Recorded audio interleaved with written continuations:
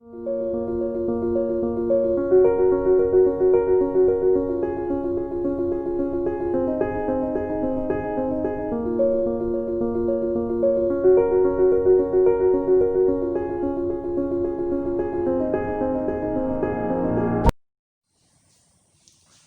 morning, myself Shwetank Singh.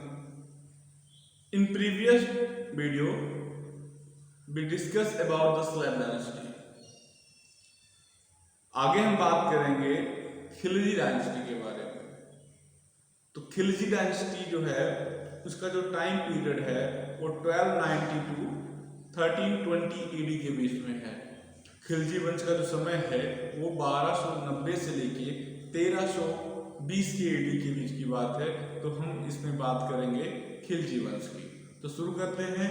आप भी ध्यान से सुनिए लेक्चर्स को, उसके बाद अपनी बुक से पढ़ाई कीजिए और आपको जो एक्सरसाइज मिल जाती है उसको सॉल्व कीजिए। After the death of Balban there was no confusions in Delhi for some times। जब बलबन की मौत हो गई, बलबन की मृत्यु हो गई। बलबन एक अच्छा शासक था, आपको पता है, उसने दिल्ली में काफी कुछ विकास, दिल्ली की जो सल्तनत हुई उसमें विकास किया। लेकिन उसकी मौत के बाद एक कंफ्यूजन सा बना रहा, एक संदेश सा बना रहा कि कौन दिल्ली का एक अच्छा राजा बने, कौन दिल्ली का शासक बने। हिज ग्रैंडसन, उसका जो नाती था, क्या नाम था उसका, Kaiqubad succeeded at the throne of Delhi Sultanate. वो जो है दिल्ली सल्तनत में राज करता है। He was a weak ruler, वो बहुत कमजोर रूलर था, वो बहुत कमजोर शासक हुआ। Taking advantage of this new group called the Khiljis came to power. Jalaluddin Khilji 1290-1296 was the founder of Khilji dynasty. जब कहीं भी आपके आस पड़ोस अगर आप देखते हो या किसी देश में देखते हो, किसी राज्य में देखते हो, जब वहां पर कोई कमजोर शासक हो जाता है तो अगला आदमी आपका पड़ोसी क्या कर लेता है, उस पर आधिपत्य कर लेता है, उस पर अपना कब्जा कर लेता है।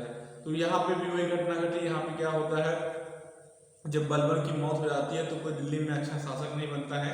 बलबन के जो ग्रैंडसन थे वो शासक बनते हैं, लेकिन कमजोर शासक होते हैं, तो जिसका फायदा उठाकर खिलजी डायनेस्टी एक नया वंश बनता है, जिसके संस्थापक कौन होते हैं, जो याद करने वाला पॉइंट है आपका, जलालुद्दीन खिलजी, जिनका टाइम पीरियड होता है 1290 to 96।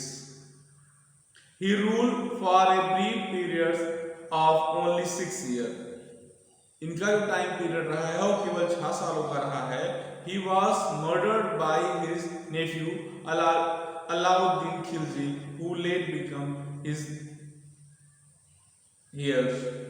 अब ये जो हुए कौन, जलालुद्दीन खिलजी, जिन्होंने खिलजी वंश की स्थापना की, तो इनकी जो हत्या है कौन कर देता है, इनके भतीजे और इनके दामाद। भतीजा और दामाद दोनों एक ही होते हैं, जिनका नाम क्या होता है, अलाउद्दीन खिलजी। अलाउद्दीन खिलजी का आपने नाम सुना होगा, एक मूवी भी आई थी पद्मावत, उसमें अलाउद्दीन खिलजी के बारे में बात हुई है, क्रूर शासक दिखाया गया है। तो वास्तव में वो क्रूर शासक था, तो उसके बारे में हम बात करते हैं। अलाउद्दीन खिलजी, टाइम पीरियड है 1296 से लेकर 1316 तक। The next ruler Alauddin Khilji was very efficient and the capable ruler, both the administratively and the militarily। अब जो इसके बाद अगला शासक आता है अलाउद्दीन खिलजी, जिसका नाम होता है, वो एक महान शासक होता है। किस मामले में महान होता है, प्रशासन के मामले में महान होता है, और अपनी मिलिट्री के बारे में महान होता है, अपनी सेना के बारे में महान होता है। कोई भी राजा दो ही चीजों से महान बन सकता है, अगर इसकी सेना मजबूत है और दूसरा उसके जो प्रशासन है, प्रशासन काफी हद तक मजबूत होना चाहिए। तो इसके क्या होते हैं, दोनों चीज काफी प्रॉफिटेबल होते हैं। इसकी मिलिट्री बहुत अच्छी होती है, जिसको आगे अकबर तक फॉलो करता है। इसकी प्रशासन व्यवस्था बहुत अच्छी होती है, जिसको आगे बहुत दूर के राजा हैं, जिसके कई साल बाद आते हैं, एक वो भी इसको फॉलो करते हैं। Alauddin established a vast empire। Alauddin एक बहुत बड़ा साम्राज्य बनाता है अपना। His conquest of Gujarat gave him the access its ports and the overseas। जब गुजरात की विजय से गुजरात तक उसका अपना राज्य फैला लेता है, तो गुजरात के जो विजय कर लेता है, तो वहाँ के जो पोर्ट्स होते हैं, जो बंदरगाह होते हैं, जो समुद्री क्षेत्र होते हैं, वहाँ भी इसका क्या हो जाता है, अधिकार हो जाता है। वहाँ पे क्या करने लगता है, व्यापार करने लगता है। Alauddin also brought Rajasthan under his control. Alauddin क्या करते हैं, राजस्थान को अपने कंट्रोल में लेते हैं। आपने देखा होगा पद्मावत मूवी, राजस्थान की कहानी है, तो राजस्थान को भी क्या कर लेता है, अपने कंट्रोल में कर लेता है। इन द साउथ दक्षिण भारत में जहां पर अभी तक दिल्ली सल्तनत के लोग नहीं पहुंचे थे, वहां पर भी अपना वो करता है। He send the commander Malik Kafur to bring rich kingdom of the Deccans under controls. एक कहा जाता है, क्वेश्चन आता है कि जो साउथ में विजय अभियान था उसके लिए किसको भेजा था, तो उसके लिए मलिक कफूर को भेजा था, जो उसका सेनापति था। और क्योंकि वो दक्कन का क्षेत्र था, और दक्कन का क्षेत्र एक बहुत ही ज़्यादा रिच होता क्षेत्र है, तो उस क्षेत्र को कब्जे में करने के लिए अलाउद्दीन खिलजी ने किसे भेजा, मालिक कफूर को भेजा। The first against the Varganal in the Telangana areas and other against the द्वार समुद्र and the Mawar modern Karnataka and Madurai Tamil Nadu। तो कहाँ के क्षेत्रों को अधिकार कर लेते हैं, मदुरई तमिलनाडु में है, मवार जो आज के कर्नाटक कहा जाता है, और तेलंगाना का जो क्षेत्र है, वरनाल का जो क्षेत्र है, इन सब क्षेत्रों पर किसका आधिपत्य हो जाता है, इन सब क्षेत्रों पे अलाउद्दीन अपने जो भेजा होता है मलिक काफूर को, वो पूरा इन सब क्षेत्रों को क्या कर लेता है, कब्जा कर लेता है। For the first time the Muslim armies pretended as for Madurai in south and brought back untold wealth. अब पहली बार ऐसा हुआ कि कोई मुस्लिम सेना या मुस्लिम सैनिक या मुस्लिम संस्थापक कहाँ साउथ में मदुरई तक पहुँचते हैं, और वहाँ की जो खनिज होती है, वहाँ की जो अमीरी होती है, उसका पूरा लाभ उठाते हैं। To deal with the Mongols and the protect his vast empire. अभी क्या करते हैं, ये मंगोलों से अपने डील करते हैं, और अपने पूरी की पूरी जो साम्राज्य होता है उसकी क्या करते हैं, रखवाली करते हैं, उसकी पूरी अच्छी तरीके से रखवाली करते हैं। तो अलाउद्दीन खिलजी के बारे में दो एक पॉइंट और आप ध्यान कर लीजिए। अलाउद्दीन खिलजी की जो बाजार नियंत्रण प्रणाली थी, मार्केट कंट्रोल सिस्टम था, वो बहुत ही अच्छा था। उसके समय में कोई भी दुकानदार एक तरीके से एक भी पैसा गलत नहीं सामान दे सकता था। अगर किसी ने कम तौला है तो उसकी मांस निकाल लेता था। उसके यहाँ प्रशासन की भी बहुत अच्छी व्यवस्था थी, उसके यहाँ मिलिट्री की काफ़ी अच्छी व्यवस्था थी। तो ये दो कारणों से काफ़ी ज़्यादा क्या हुआ, हिट हुआ अपने में। और इसके बारे में अगर बात करें हम, तो एक चेहरा पद्धति से चलाया था। चेहरा क्या होता था, सैनिकों का चेहरा, और उसको हुलिया लिखा जाता था कि सैनिक कौन है, कैसा है। ऐसा नहीं कि कोई भी सैनिक के रूप में आ जाए, इसको आप आइडेंटिटी कह सकते हैं आज के ज़माने की। तो तब चेहरा चलाने वाला पहला शासक कौन था, अलाउद्दीन खिलजी था। अच्छा, थोड़ी सी बातें हम देखते हैं इसके बारे में। Alauddin Khilji market control policy यही थी कि वो जो है बाजार नियंत्रण प्रणाली उसकी बहुत अच्छी थी।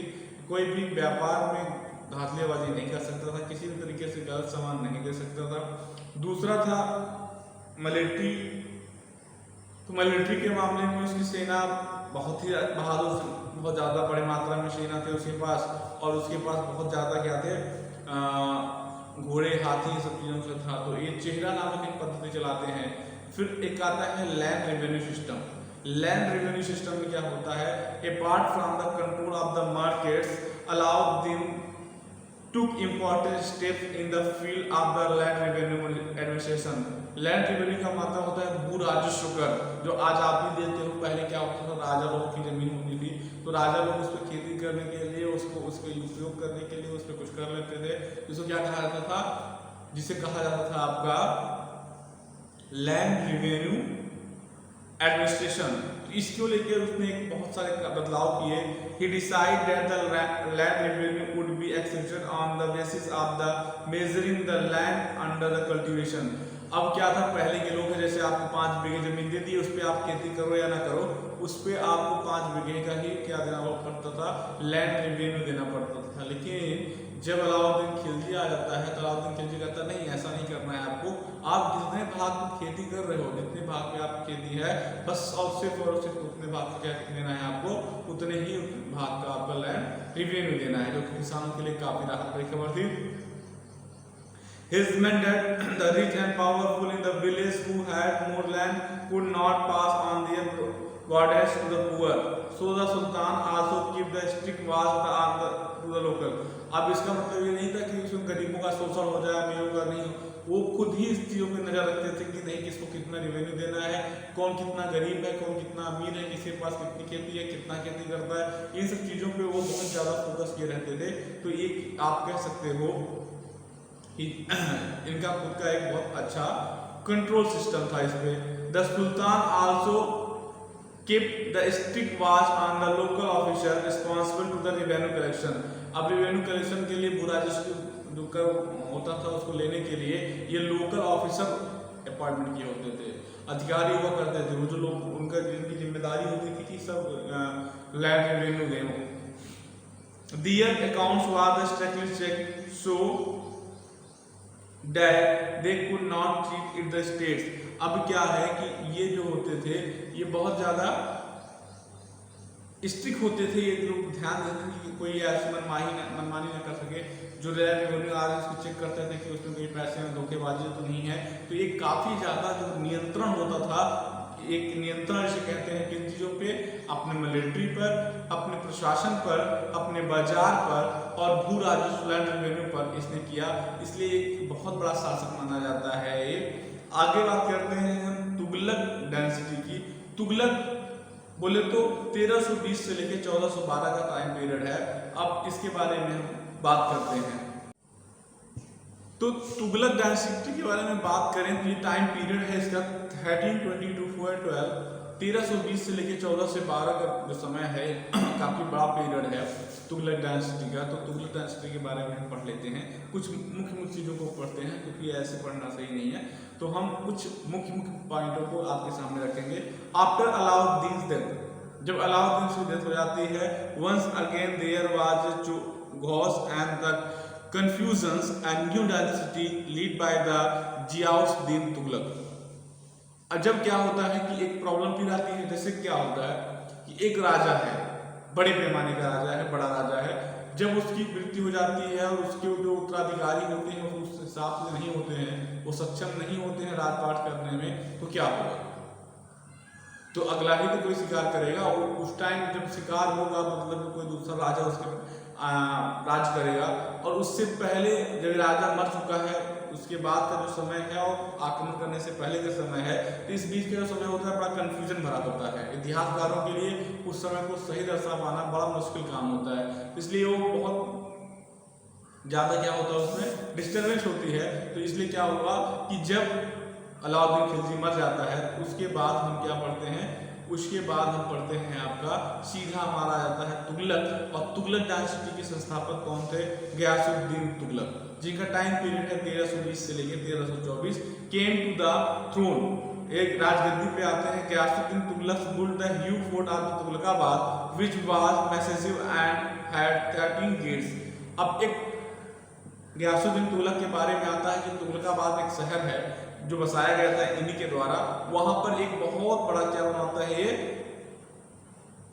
किला बनवाते हैं, तुगलकाबाद का किला कहा जाता है। उसमें 13 क्या है, 13 गेट हैं। He built Tughlaqabad in the third capital of Delhi, और दिल्ली का उसने तीसरा जो कैपिटल था वो कहाँ बनाया? He built Tughlaqabad the third capital of Delhi, Delhi का तीसरा जो राजधानी था वो कहाँ बनाया? तुगलकाबाद बनाया। Ghiyasuddin Tughlaq was succeed by son Muhammad bin Tughlaq, जिनका टाइम पीरियड है 1324 से लेकर 1351 के बीच में। अब गयासुद्दीन तुगलक की मृत्यु के बाद उसका बेटा जो होता है जिसका नाम क्या होता है? मोहम्मद बिन तुगलक। मोहम्मद बिन तुगलक 1324 से लेकर 1351 के बीच में राज करता है। In some way he was most remarkable ruler on his age. कुछ चीज़ों में वो बहुत ज़्यादा मार्केबल है, बहुत ज़्यादा यादगार है। किन चीज़ों में यादगार है हम आगे देखते हैं। He successfully repulsed the attack by the Mongols। मंगोलों के आक्रमण को उन्होंने क्या किया? बहुत अच्छे तरीके से निभाया और मंगोलों के आक्रमण को यहाँ पे निष्क्रिय कर दिया। सोचिए अब जिन मंगोलों से सब डरते आए थे तो मंगोलों पे कोई विद्रोह नहीं करना चाहता था, उसके आक्रमण को उन्होंने क्या किया? निष्क्रिय कर दिया है, जो कि समय की बहुत बड़ी बात थी। He defeated the Mongols and undertook the number of blood experiment, but unfortunately he was hasty and impatient। Muhammad bin Tughlaq built Jahanpana in the fourth capital of Delhi। It is the why is the experiment through will be innovations causing financial loss and the lowering the prestige of sultan। होता क्या है कि इसमें इन शासन काल में, इस time में इन्होंने कई सारे प्रयोग भी करते हैं। इसके लिए इनको पागल सनकी ऐसे कुछ नाम दिए गए हैं मोहम्मद बिन तुगलक का, लेकिन ये पढ़ा लिखा एक शासक था, लेकिन इसको पागल भी कहा जाता था। तो इसने क्या किया, अपनी एक और राजधानी बनाई। क्या बनाई? जहांपनाह। जहांपनाह जो इसकी राजधानी थी। जहांपनाह में क्या होता है, जहांपनाह में इसके साथ ये होता है कि सारे के सारे अपने सेना अपने लोगों को कहता है कि नहीं आप चलिए, आप सभी को वहां जाना है। ये नहीं राजधानी परिवर्तन करे तो किसी एक को लेकर जाए, मतलब अपनी मुख्य मुख्य चीजों को लेकर जाए। ये पूरे सैनिक राजपाट लेकर जाता है, जिसका एक बहुत बैड इफेक्ट पड़ता है कि इसकी, और इसने अपनी मुद्रा सांकेतिक मुद्रा चलाता है, जो कि एक बहुत बैड इफेक्ट आता है इसकी इकोनॉमी में, काफी तरीके से बर्बाद हो जाता है और अंत में इसकी मौत हो जाती है। इसके बारे में एक है शिफ्टिंग ऑफ कैपिटल्स। कैपिटल्स को उन्होंने शिफ्ट किया। कहाँ पे किया? पहले तुगलकाबाद बनाया, तुगलकाबाद से जहांपनाह बनाया। तो इन सब के बीच में काफी ज्यादा उसकी टफ लाइफ रही। फिर इंट्रोड्यूस द टोकन करेंसी, उसने टोकन करेंसी चलाया। और आगे बात करें अगर हम, तो टैक्सेशन इन द दोआब। अब दोआब में इन्होंने टैक्स लगाया, एक कर लगाया। अब ये तीन चीजें आप इनके बारे में याद रखिएगा कि इन्होंने कैपिटल चेंज की, इन्होंने एक टोकन करेंसी चलाई, तीसरा जो था टैक्सेशन ऑफ द दोआब के क्षेत्रों में इन्होंने जो टैक्स लिए। तो आगे हम बात करते हैं फिरोज शाह तुगलक के बारे में। इनका टाइम पीरियड है 1351 to 1388 AD। Mohammad bin Tughlaq was succeed by his cousins Firoz Shah Tughlaq. अपने चचेरे के द्वारा फिरोज शाह तुगलक जिसका नाम था, उसके द्वारा मोहम्मद शाह तुगलक क्या किया जाता है, हटाया जाता है। और Firoz Shah Tughlaq was faced with the problems of the preventing in the imminent break of the Delhi Sultanate. He adopted a policy of trying to please the nobles, army and the Muslim press। क्या होता है कि जब मोहम्मद बिन तुगलक होते हैं, तो मोहम्मद बिन तुगलक काफी उस समय राजकोट से पैसा खर्च कर चुके होते हैं, काफी गरीब स्थिति में आ जाता है। तो जब ये स्थिति पैदा होती है, तो इस स्थिति से लड़ने के लिए जब अगला शासक आता है, वो तो बेचारा क्या करेगा, उसके पास कोई धन ही नहीं है और बिना धन के राज नहीं होता है। तो क्या करता है, वो जो वहाँ के अमीर लोग थे, जो वहाँ के मुस्लिम भक्त थे, मुस्लिम संत हुआ करते थे, आर्मी को, नोबल्स को के लिए अच्छे काम करना शुरू किया, जिससे वो प्रोत्साहित हो, जिससे उनको पैसे भी कम देने पड़े और उनका मदद मिलता रहे। To win over the nobles, Firoz Shah Tughlaq made the Iqta and lands right hereditaries both of for the civil and army official। अब आर्मी और ऑफिशियल के लिए इक्ता और लैंड्स, ये दो चीजें चलवाया इन्होंने। To please the ulema he imposed the jizya, a special tax to the paid by the non-Muslim। अब एक कर की बात होती है, जजिया कर। जजिया कर की शुरुआत तो बहुत पहले से होती है, लेकिन तुगलक वंश में बीच में कोई आता है, खत्म करता है, फिर शुरू होता है, फिर खत्म होता है। लेकिन तुगलक वंश को शुरू करने वाला कौन होता है? आपका फिरोज शाह तुगलक होता है, जिसको हम मुख्यतः पढ़ते हैं कि जजिया कर क्या है। जजिया कर एक ऐसा कर था जो गैर मुसलमानों से लिया जाता था, मुस्लिमों को छोड़ के बाकी अन्य धर्मों से लिया जाता था, कि उनकी जिंदगी के, उनके धर्म की रक्षा के लिए लिया जाता था। Firoz also took many welfare measures। He set up the hospital for the free treatment of the poor। He promoted the agriculture by the digging of wells, by the constructing of many irrigation canals। अभी फिरोज शाह तुगलक जो होता है, इसने कई सारे काम किए, गरीबों के इलाज के लिए मुफ्त अस्पताल बनवाए, उसके बाद इन्होंने रोड बनवाए, डैम्स बनवाए, बांध बनवाए और उसके बाद नहरें बनवाई। तो इन्होंने काफी काम किया। This canals were the main the integration purpose and also so the providing water for some of the new towns which were built by Firoz Shah Tughlaq ने कुछ नए नए शहर बनवाए थे। तो उन नए शहरों को पानी देने के लिए इन्होंने क्या किया था, नहर की व्यवस्था की थी। दिस टाउन द हिसार नामक एक शहर है जो हरियाणा में, किसने बनाया था? फिरोज शाह तुगलक ने बनवाया था। फिरोजाबाद उत्तर प्रदेश में है, किसने बनवाया था? फिरोज शाह तुगलक ने बनवाया था। exists even today, क्योंकि आज भी हमको देखने को मिलता है। आफ्टर द फिरोज की मौत के बाद the Delhi Sultanate rapidly decline, his the governance of the province become the independent and the sultan of Delhi was confident to the small area surrounding to Delhi. अब जब इसके बाद क्या होता है, इसके बाद अगर काफी कुछ नुकसान हो चुका होता है वंश का, तो अब दिल्ली सल्तनत बहुत छोटा हो चुका होता है, बहुत ज़्यादा सीमाएं इनकी बाधित सीमित हो जाती हैं, इनकी सीमाएं बहुत ज़्यादा फैली नहीं होती हैं, इनसे जो जुड़े राजा थे वो अलग हो जाते हैं। तो अब जो दिल्ली सल्तनत का है वो धीरे धीरे पतन के साइड में बात होती है। तो आगे हम अभी बात करेंगे सैयद वंश की और फिर बात करेंगे लोधी वंश की। तो हम इसकी बात करेंगे आपसे अगले वीडियो में। मिलते हैं आपसे अगले वीडियो में। पढ़ते रहिए, कोई भी डाउट है आप मुझसे मेरे नंबर पर कॉल करके, मुझे व्हाट्सएप करके आप मुझसे संपर्क कर सकते हैं।